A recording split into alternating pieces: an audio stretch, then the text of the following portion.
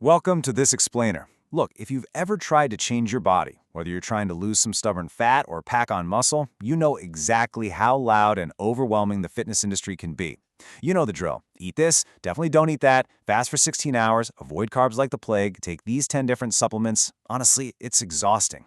But what if we just wiped the slate totally clean and looked only at what genuinely matters? Today, we're turning to the expertise of Alan Aragon. Alan is a researcher and nutritional counselor who has spent over 30 years using a strict, evidence-based approach to unlock peak performance for elite athletes, Olympians, and even icons like Stone Cold Steve Austin. We are going to distill his decades of rigorous science-backed knowledge into the fundamental hierarchy of what actually changes your body composition.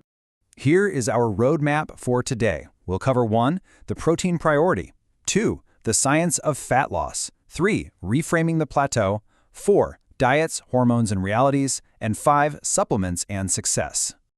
All right, let's jump right into section 1, the protein priority, getting the foundation right. Now, a question that plagues almost every single beginner is this. When should I actually eat my protein for maximum results? Like, do you need to slam a protein shake within exactly 30 minutes of lifting? Do you need to eat 5 or 6 tiny meals perfectly spaced throughout the day? Well, it turns out this is one of the most persistent myths out there. It was basically born from the intense routines of enhanced elite bodybuilders and somehow just trickled down to the rest of us. But let's go ahead and debunk that timing myth right now. Alan Aragon is incredibly clear on this. He says the main thing they need to be focused on is how much protein do they need to eat by the end of the day. And really, that's it. Once you hit that daily total, you've essentially won the game. Whether you're a grazer who eats 5 times a day or a gorger who eats 2 or 3 massive meals, it rarely matters as long as you hit that total by the time your head hits the pillow. Aragon uses this brilliant metaphor that I absolutely love. Think of the total amount of protein you eat in a day as the cake.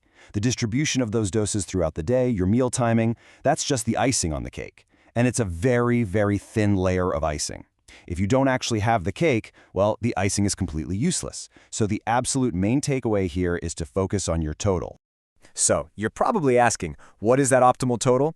If your goal is to maximize muscle growth and body composition, 1.6 is your magic number.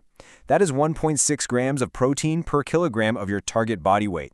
Or if you prefer using pounds, that translates to about 0.7 grams per pound.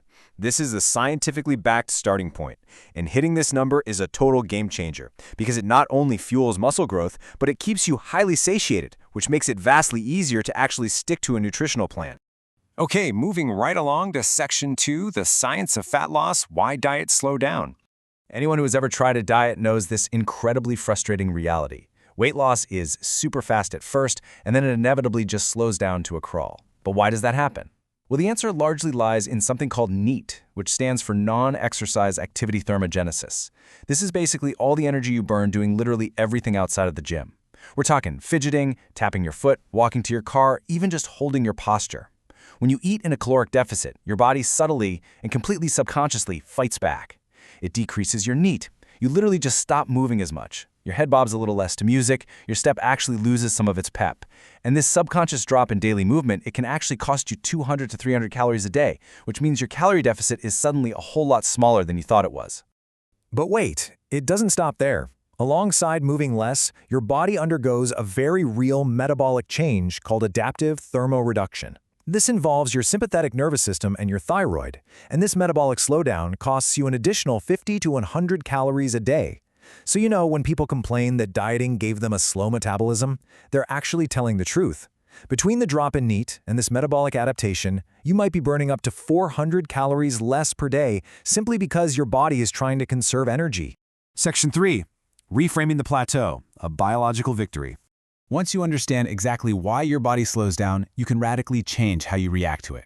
We inherently view weight loss plateaus, those 4 to 8 weeks where the scale refuses to budge, as a failure. But actually, a plateau is just your body doing its job. It's an adaptive survival unit successfully achieving homeostasis.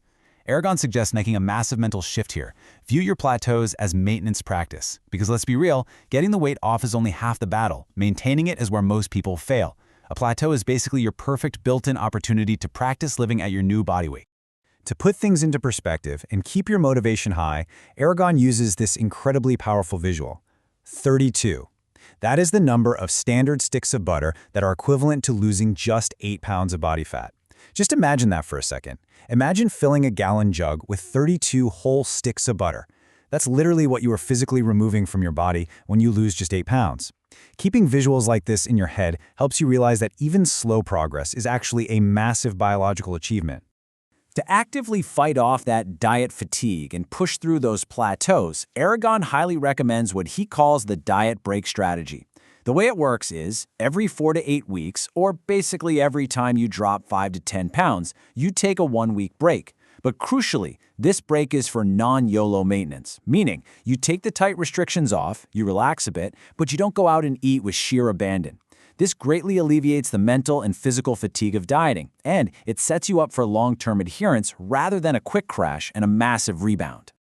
That brings us to Section 4, Diets, Hormones, and Realities, Cutting Through the Hype. We definitely need to evaluate the narrative surrounding some popular diets, starting with the ketogenic diet. Now, keto produces astounding initial results for a lot of people, but why? Well, the keto reality is that it simply forces a calorie deficit.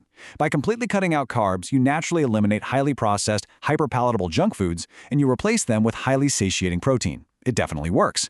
But the keto pitfall, as shown time and time again in the literature, is that the vast majority of people simply cannot stick to a 50-gram carb limit forever. Over a 12-month period, research shows most users inevitably rebound, creeping their carb intake back up to 150 grams or even more. So, it's an effective tool for sure, but it is not a universal magic bullet. Then there's the intense fear-mongering narrative around menopause. So many women are told they are essentially doomed to gain massive amounts of belly fat and lose all their muscle. But let's actually look at the data from the SWAN study, which is the largest and longest study of its kind. During the entire menopausal transition, the average fat gain was 1.6 kilograms. That's about 3.5 pounds. And the average muscle loss, it was just 0.2 kilograms or half a pound. Now, yes, menopause brings very real challenges, like hot flashes, poor sleep, and a lot of midlife stress, which obviously makes sticking to a fitness program a lot tougher. But looking at these actual numbers, are these physical changes insurmountable? Absolutely not. You might just need to lower your expectations on the speed of progress, maybe aiming for half a pound a week instead of a full pound. Finally, we've arrived at Section 5, Supplements and Success, the final 10%. So we've established the foundation. We've baked the cake. Now let's talk about the minor tweaks that can actually give you an edge.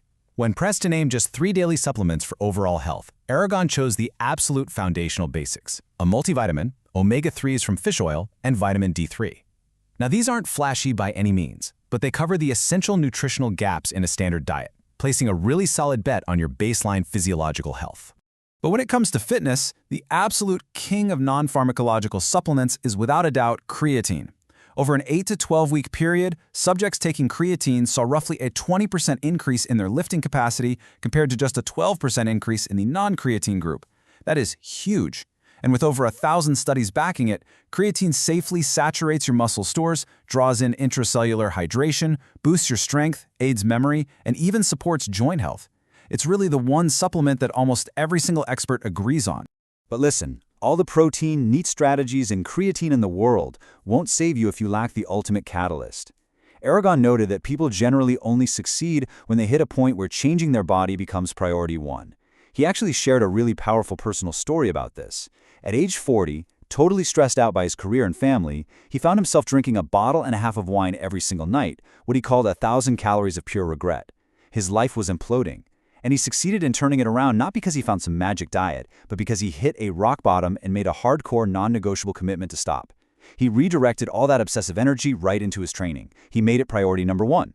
So I want to leave you with this provocative question today. Have you genuinely made your physical goals priority number one, or are you just hunting for the next layer of icing? Stop stressing over perfect meal timing, stop seeking out extreme restrictive diets, and stop blaming a broken metabolism. Focus on hitting your total daily protein, respect your body's actual need for diet breaks, and commit to playing the long game. Because that is exactly how you win. Thanks so much for joining me on this explainer, and I'll catch you next time.